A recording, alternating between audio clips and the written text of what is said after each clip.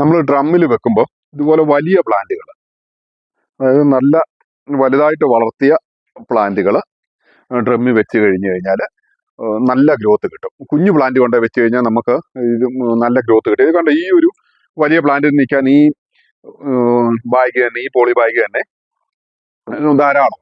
അപ്പൊ ഇതിനെ നമ്മൾ വലിയൊരു ഡ്രമ്മിലോട്ട് കൊണ്ടുപോയി വെച്ച് കഴിഞ്ഞാൽ നമ്മൾ ആ ഉദ്ദേശിക്കുന്ന വളർച്ചയും കിട്ടുകയില്ല, നമുക്ക് ആവശ്യമില്ലാത്ത കഷ്ടപ്പാടുമാണ്. അതുകൊണ്ട് ഇതെല്ലാം ഞാൻ അതുപോലെ നട്ടു വളർത്തി ഇനി ഡ്രമ്മിലോട്ട് മാറ്റാനുള്ളതാണ്.